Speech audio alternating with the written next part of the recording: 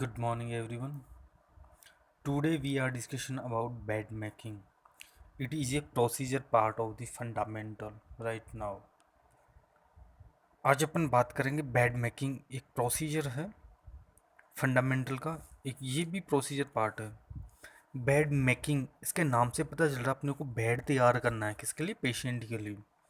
और वो डिपेंड करता है पेशेंट की कंडीशन पे कि पेशेंट की कंडीशन के अकॉर्डिंग अपने को कौन सा बेड तैयार करना है। जैसे बहुत सारे टाइप्स होते हैं बेड के, जैसे open bed, close bed, amputated bed, bed fractured bed, cardiac bed, amputated bed और पोस्ट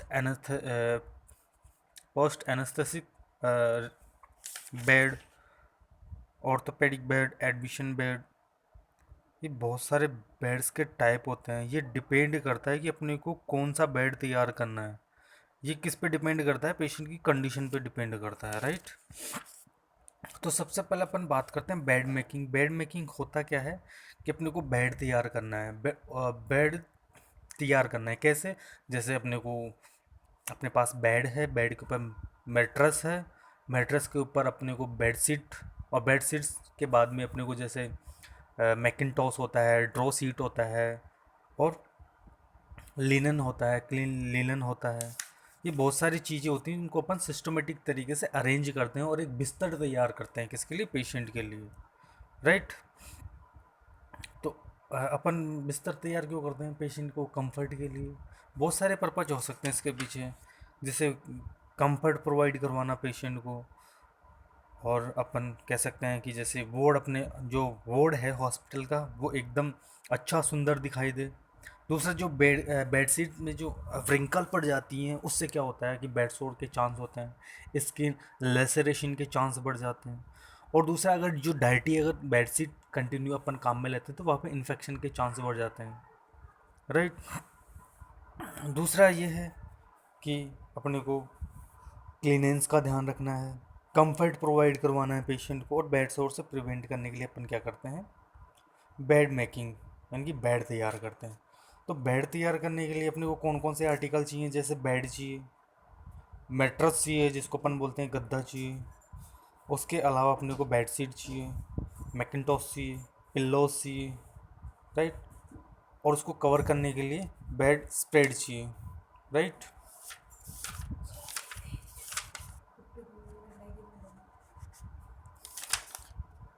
तो ये इसके बहुत सारे तो अपन सिस्टमेटिक तरीके से क्या करते हैं,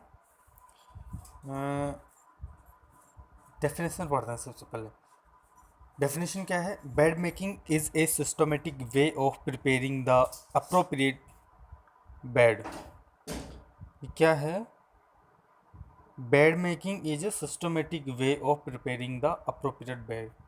एक सिस्टमेटिक तरीका है प्रिपेयर करने का, क्या, एक सूटेबल बेड तैयार करने का क्या है, एक सिस्टमेटिक वे तरीका है, based on the condition of the patient. जो किस पे बेस्ड है, पेशेंट की कंडीशन पे, पेशेंट की कंडीशन के अकॉर्डिंग। जैसे कोई सर्जरी का पेशेंट है, उसकी सर्जरी होने वाली है तो उसके लिए अपन सर्जिकल बेड तैयार करेंगे। अगर कोई पेशेंट कार्डियक का पेशेंट है तो अपन क्या करेंगे, कार्डियक बेड उसके लिए तैयार करेंगे। अगर कोई एम्पुटेटेड पेशेंट है तो उसके लिए अपन क्या करेंगे, एम्पुटेटेड बेड तैयार करेंगे। कोई बर्न का पेशेंट है तो अपन क्या करेंगे, बर्न बेड तैयार करेंगे उसके लिए। तो ये किस पे डिपेंड करता है, पेशेंट की कंडीशन पे। Which adapt scientific principles of nursing. और इस दौरान अपने को क्या करना है, जो साइंटिफिक प्रिंसिपल्स हैं उनको क्या करना है, फॉलो करना है, राइट। अगर अपन सेकंड डेफिनेशन की बात करें तो bed making is a process of keeping the bed clean, neat and tidy. वो ये कि बेड मेकिंग क्या है, एक प्रोसेस ऑफ बेड को clean, neat and tidy. Tidy का मतलब हम न्यू से ले सकते हैं, नीट का मतलब भी अपन क्लीन से ले सकते हैं, और क्लीन का मतलब साफ सुथरा। ये तीनों वर्ड एक दूसरे से इंटरलेटेड हैं। तो कहने का मतलब क्या है कि जो बेड मेकिंग क्या है, एक प्रोसेस है बेड को अच्छा साफ सुथरा, अच्छा क्लियर साफ सुथरा रखने के लिए एक क्या है, प्रोसेस है।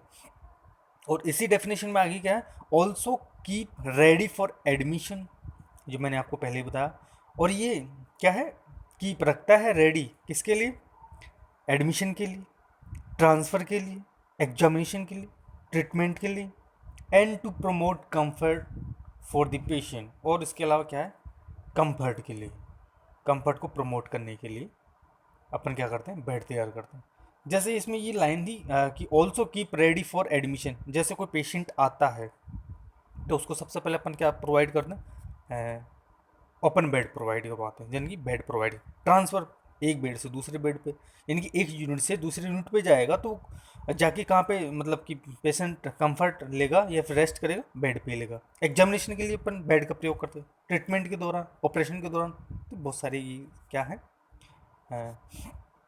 पर्पज हैं, प्रोसेस हैं, राइट। कुछ अपन बात करें इसके पर्पज की, तो फर्स्ट इसमें क्या, to promote comfort and safety, promote and comfort safety के लिए। टू गिव द यूनिट और वार्ड ए नीट अपीयरेंस, अपने को वार्ड ये हो या फिर यूनिट हो वो अच्छा दिखाई दे, इसके लिए। टू प्रमोट क्लीनेस, बढ़ावा देने के साफ सफाई को बढ़ावा देने के लिए।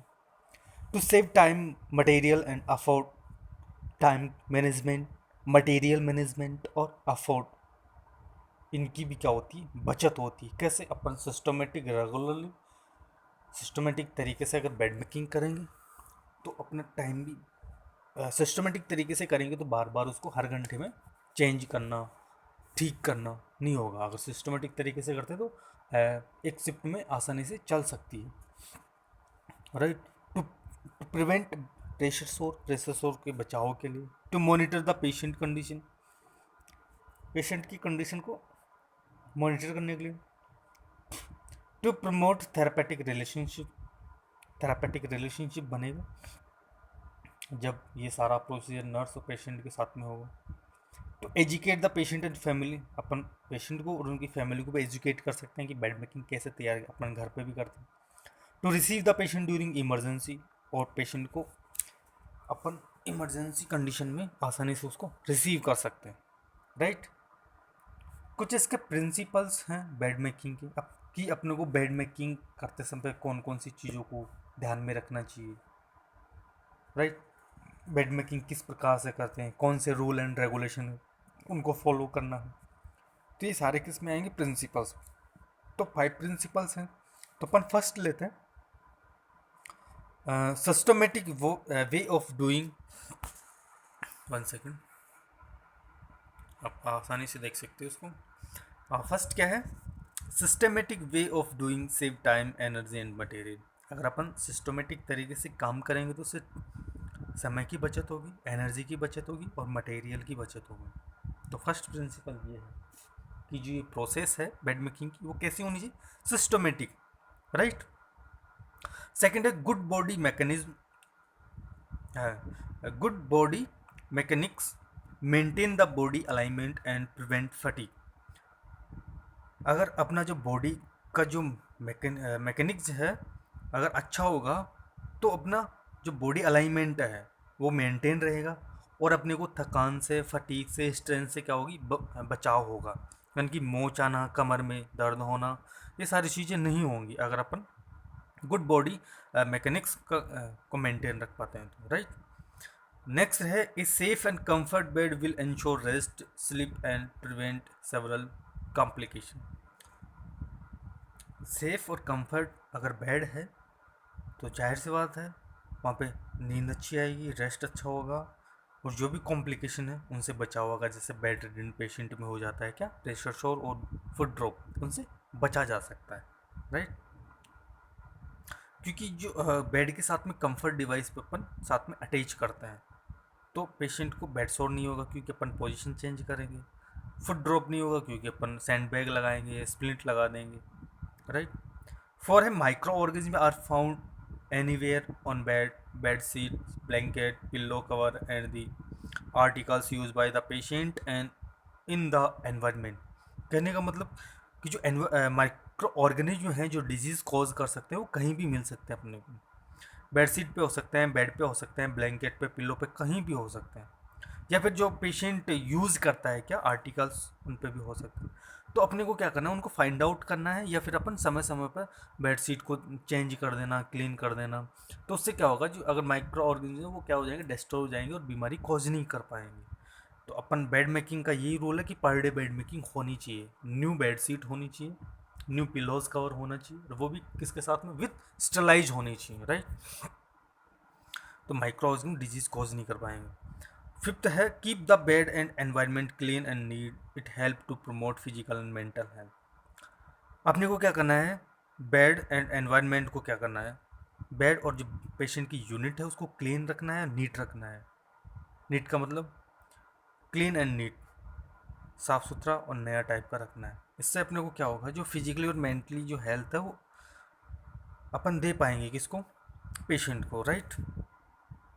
तो इसके क्या है, कुछ प्रिंसिपल्स हैं, इनको अपने को क्या करना है, फॉलो करना है। अपन बात करते हैं इसके बाद में टाइप्स ऑफ बेड की। तो बेड के कितने टाइप हो सकते हैं ये आपके सामने है। जैसे टाइप ऑफ बेड के टू टाइप हो गए, रूटीन बेड, स्पेशल बेड। और फिर जो रूटीन बेड है उसके भी टू टाइप हो गए, ऑक्यूपाइड बेड और दूसरा सिंपल अनऑक्यूपाइड बेड, राइट। जो स्पेशल बेड है उसके लिए जी कार्डियक बेड हो गया, ऑर्थोपेडिक, एडमिशन, डिवाइडेड, एम्पुटेटेड और प्लास्टर ऑफ पेरिस, राइट। तो इसकी पार्ट है। इनको अपन समझने के लिए जैसे रूटीन बेड हो गया, स्पेशल बेड हो गया। रूटीन बेड में टू टाइप के हो गए, ऑक्यूपाइड और अनऑक्यूपाइड। ऑक्यूपाइड को अपन क्या कहते हैं, ओपन बेड। अनऑक्यूपाइड को अपन क्या बोलते हैं, क्लोज बेड। अब ओपन और क्लोज बेड का मतलब होता क्या है, सबसे पहले अपन कहते हैं क्लोज बेड या फिर अनऑक्यूपाइड बेड, खाली बेड जिसको अपन बोलेंगे। एक close bed is an empty bed, इसको अपन बोल सकते हैं खाली बेड जिसपे कोई पेशेंट नहीं है। बट क्या है, ये बेड जो है रेडी है किसके लिए, पेशेंट के लिए।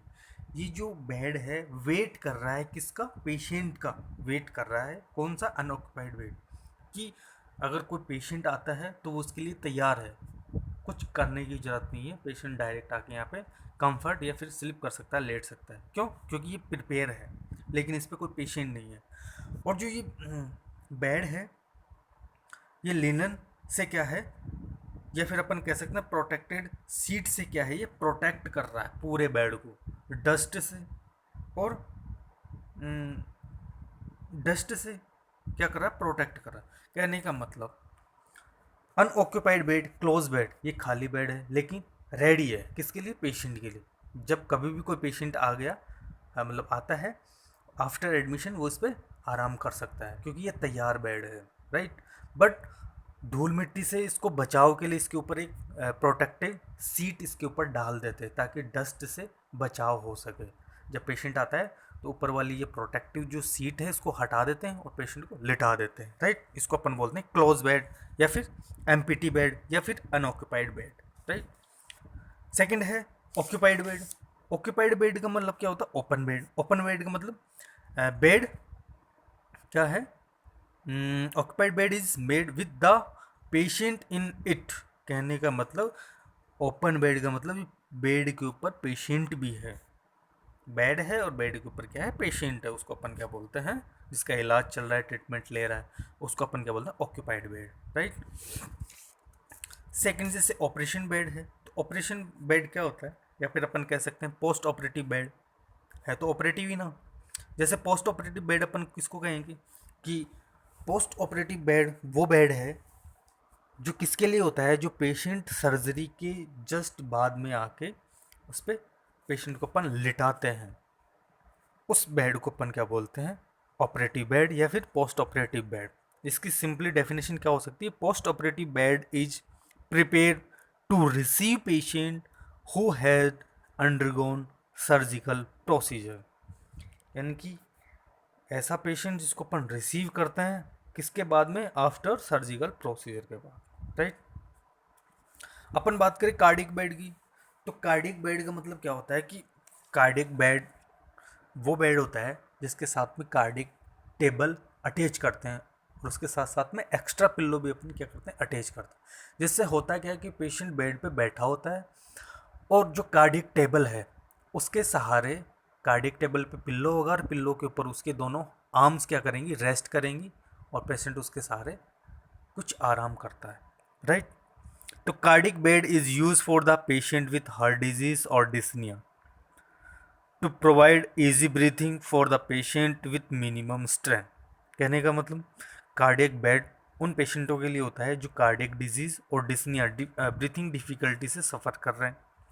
इससे होता क्या है कि उनको आसानी से सांस लेने में वो आसानी से सांस ले सकते हैं कार्डियक बेड पे, और कम से कम उनको डिस्कम्फर्ट फील होता है, राइट। उसको अपन बोलते हैं कार्डियक बेड। अपन बात करें फ्रैक्चर बेड, तो फ्रैक्चर बेड किसके लिए होगा? अगर किसी पेशेंट की जो एक्सट्रीमिटीज़ हैं, हाथ पांव है, कोई भी जो बोन्स है फ्रैक्चर है, उसके लिए वो कौन से बेड पे रेस्ट करता है? Fracture bed.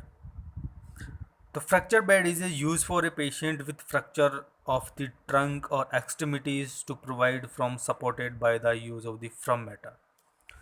कहने का मतलब जो फ्रैक्चर पेशेंट है उसके लिए बेड तैयार किया जाता है। उस बेड में जो मैट्रेस लगाया जाता है वो कैसा होता है? फ्रम होता है, हार्ड होता है, लचीलापन नहीं होता उसमें। अगर लचीलापन होगा तो वो फ्रैक्चर पेशेंट के लिए सूटेबल नहीं है, राइट। अपन बात करें एम्पुटेटेड बेड की। एम्पुटेशन का मतलब क्या होता है कि किसी पेशेंट का जो जैसे जो लेग्स है, लेग्स में जो नी है, अबो नी और लोअर नी एम्पुटेशन अपन कह सकते हैं, यानी कि कटा हुआ पार्ट, नी के ऊपर से कटा हुआ पार्ट हो सकता है या फिर नी से नीचे का कटा हुआ पार्ट हो सकता है, राइट। तो एम्पुटेशन और स्टम बेड, एम्पुटेशन बेड बोल सकते हैं, पर बोल सकते हैं stump bed is use for the patient who leg is amputated. उन पेशेंटों के लिए जिनकी लेग है एम्पुटेटेड है, कटी हुई है, उनके लिए जो बेड तैयार किया जाता है उसको अपना बोलते हैं एम्पुटेटेड बेड, राइट। तो ये क्या है? सिंपली टाइप्स ऑफ बेड है, राइट। अपन बात करें इक्विपमेंट की, कौन कौन से इक्विपमेंट अपने को की ज़रूरत होती है, किसके लिए? बेड मेकिंग के लिए, बेड तैयार करने के लिए। तो सबसे पहले अपने को बेड तो चाहिए, क्योंकि बेड मेकिंग कर रहे हैं, बेड तैयार कर रहे हैं, तो बेड तो होना ही चाहिए। उसके अलावा मैट्रेस होना चाहिए, मैट्रेस जिसको अपन बोलते हैं गद्दा बोलते हैं। बेड स्प्रेड होना चाहिए, टॉप सीट होनी चाहिए कवर करने के लिए, ढकने के लिए बेड को। ड्रॉ मैकिंटॉस होना चाहिए। मैकिंटॉस किसका होता है? ये रबर मटेरियल होता है जो कि बेडशीट को वेट होने से बचाता है। इसको अपन बेड के ऊपर बेडशीट के ऊपर इसको क्या करते हैं? प्लेस करते हैं। अबोदी नी क्या करते हैं? इसको प्लेस करते हैं ताकि अगर यूरिनरी इनकॉन्टिनेंस है, स्टूल पास आउट है, उसकी वजह से बेडशीट वेट ना हो, इसलिए अपन ये काम में लेते हैं। ड्रॉ सीट है, ये कॉटन का बना होता है, इसको भी अपन साइड बाई साइड लगा सकते हैं। पिल्लोज होता है, ब्लैंकेट होता है, ये क्या है? आर्टिकल्स हैं, इक्विपमेंट है, किसके लिए? फॉर द बेड मेकिंग के लिए।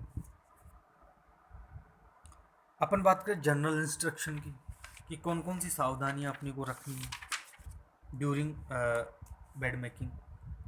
जैसे ये सभी में होता है hand wash before and after procedure, hand wash तो करना ही है अपने को। Do not expose the patient unnecessary, unnecessary patient की जो पेशेंट को अपने को एक्सपोज नहीं करना है, मतलब कि जैसे अपन पेशेंट को ब्लैंकेट से कवर कर देते हैं, फिर बेड शीट चेंज करने के बाद उसको बार बार हटाना, रिमूव करना, ये सब नहीं होना चाहिए अननेसेसरी। जब भी अपने को रिक्वायरमेंट हो तब ये सब चीज़ें करनी होती हैं। Do not cover the patient face while placing the लेलन, अगर अपन लेलन प्लेस कर रहे हैं या फिर अपन कह सकते हैं जो बेड कवर अपन प्लेस कर रहे हैं, बेड शीट को ब्लैंकेट अपन पेशेंट को दे रहे हैं, तो उस टाइम पे अपने पेशेंट का जो माउथ है उसको कवर नहीं करना चाहिए, वो मतलब सेपरेट अलग रहना चाहिए, उसको कवर नहीं करना चाहिए ब्लैंकेट से। Do not mix clean linen with solid linen, अपने को जो लिनन है, बेडशीट है, जो क्लीन है और जो डर्टी है या फिर अनस्टलाइज है, उन सभी को क्या मिक्स नहीं करना चाहिए, उनको सेपरेट सेपरेट रखना चाहिए। मेंटेन गुड बॉडी मैकेनिक्स, जो बॉडी की मैकेनिक्स हैं उनको अपने मेंटेन रखना है, कैसे झुकना है, कैसे लेटना है, कैसे चलना है, कैसे लिफ्ट अप करना है वेट को, right. Make the bed from smooth and अनव्रिंकल्ड,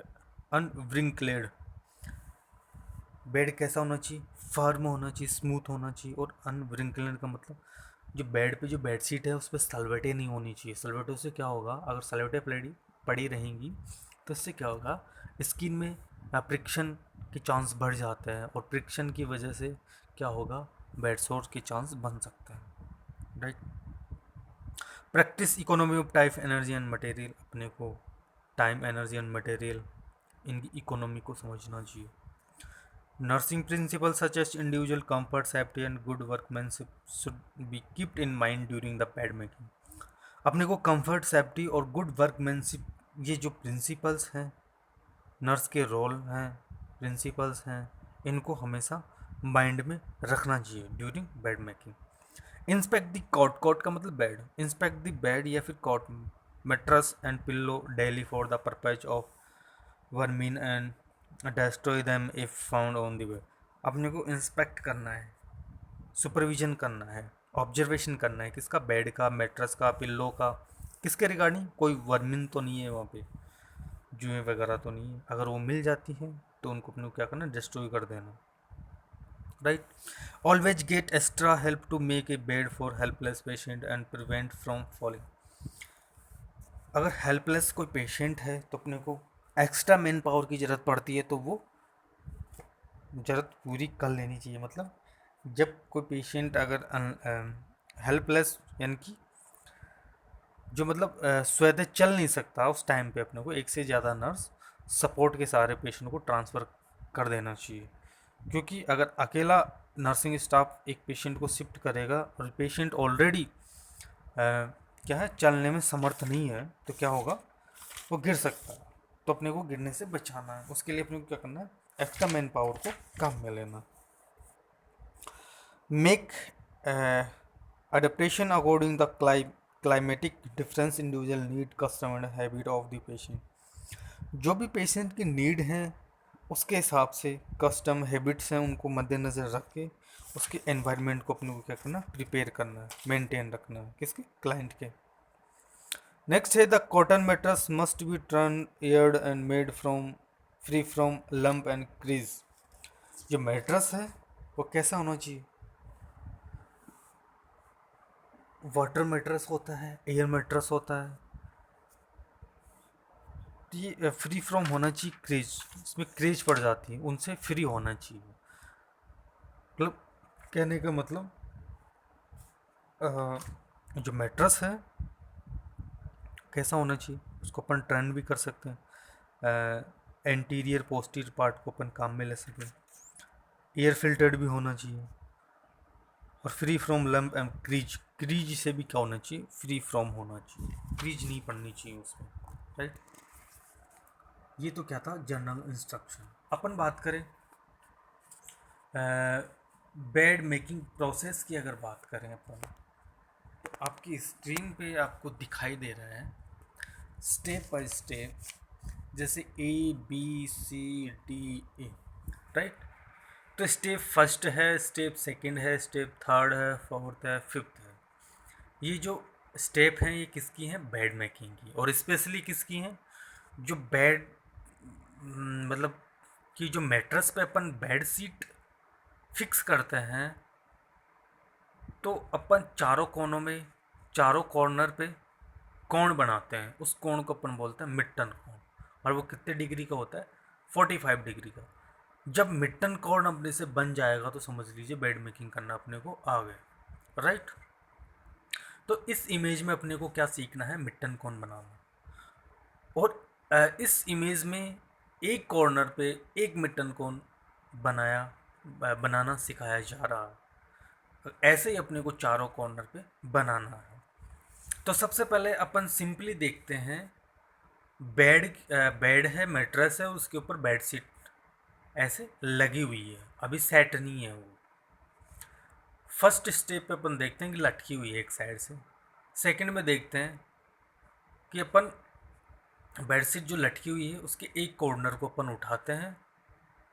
उठाने के बाद सी पॉइंट में अपन देखते हैं कि बेड के ऊपर ये ट्रायंगल शेप बन जाती है, और जो लटका हुआ पोर्शन है, हैंगिंग पोर्शन है, उसको अपन क्या करते हैं, नीचे पुल कर देते हैं। और ऊपर सी पॉइंट की बात कर रहा हूँ मैं, तो ऊपर क्या अपन देखते हैं, ट्रायंगल शेप बनी हुई है किसकी, बेडशीट की। राइट। इसी ट्राइंगुलर शेप को अपन फिर से नीचे पुल कर देते हैं। चलो इसको अपन आगे देखते हैं कैसे होता है ये।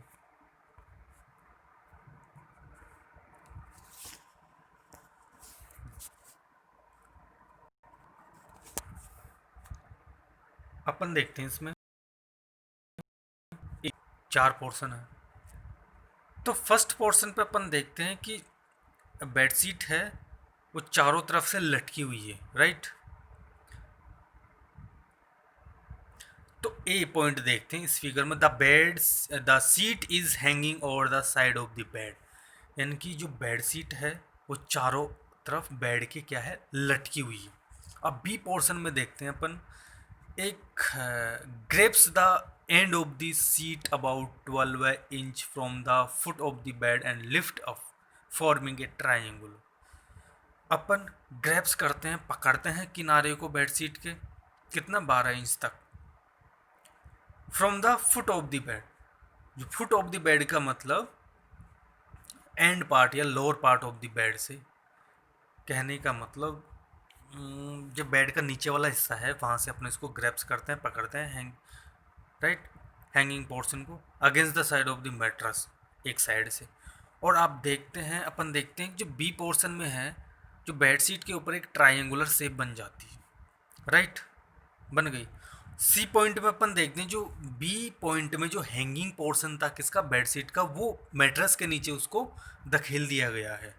तो सी पॉइंट यही है, trunk the hanging portion of the seat underneath the mattress, यानी कि पुश फोल्ड या टंग का मतलब क्या होता है, ट्रंक टक का मतलब क्या होता है, ये सी पॉइंट में लगेगा, टक दी हैंगिंग पोर्शन, फोल्ड करना हो सकता है,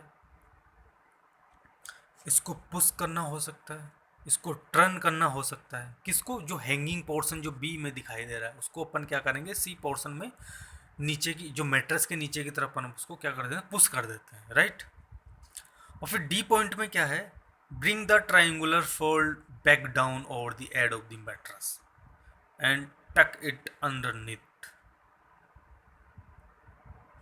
जो अब ये ऊपर जो ट्राइंगुलर शेप दिखाई दे रही है सी पोर्शन में, उसको क्या करना है, उस ट्राइंगुलर शेप को फोल्ड बैक डाउन, उसको फोल्ड करना है बैक डाउन, फिर से नीचे की तरफ, over the edge of the mattress, जो किनारा है किसका, मैट्रेस का, उस पर। और ये आप देखेंगे डी पोर्शन में कि एक 45 डिग्री का क्या बन गया, एंगल बन गया, उसको अपन क्या बोलते हैं, मिड टर्न को। This process is same for the upper corner of the bed and for the top line. इस तरीके का जो ये कोण बना है, ये कोण अपने को चारों कॉर्नर पे बनाना है, राइट। सिंपली इस प्रोसीजर में कुछ भी नहीं है। फर्स्ट में देखते हैं कि बेडशीट चारों तरफ लटकी हुई है। बी पोर्शन में अपन देखते हैं कि बेडशीट के एक पोर्शन को अपन उठा के एक ट्राइंगुलर शेप बनाते हैं। बेड के ऊपर अपन देखते हैं बेडशीट का एक ट्राइंगुलर शेप बन जाता है। सी पॉइंट में अपन देखते हैं कि जो ये बी पोर्शन में जो हैंगिंग पोर्शन था किसका, बेडशीट का, उसको अपन क्या करते हैं, मैट्रेस के नीचे पुल कर देते हैं। अब जो ट्राइंगुलर ये शेप बना हुआ है बेड के ऊपर, उसको अपन pull back, fold back down over the edge of the mattress, उसको वापस से फिर से नीचे की तरफ अपन क्या करते हैं, मोड़ देते हैं, और ये क्या बन जाता है, मिड टर्न कोन बन जाता है, राइट। ये आपका प्रोसीजर हो गया कंप्लीट, किसका, बेड मेकिंग का। आप इससे पहले वाली प्रोसीजर में भी देख सकते हैं, सेम एज ऐसे ही है कि स्टेप फर्स्ट में क्या है, place bottom sheet on mattress, second है मिटर द कॉर्नर, थर्ड है tuck the handling corner, step fourth में क्या है, place hand at side of the mattress, step 5 क्या है, टक सीट अंडर मैट्रेस, राइट। वही है, ये मैंने आपको भी बताया। ये प्रोसीजर आपका हो गया कंप्लीट।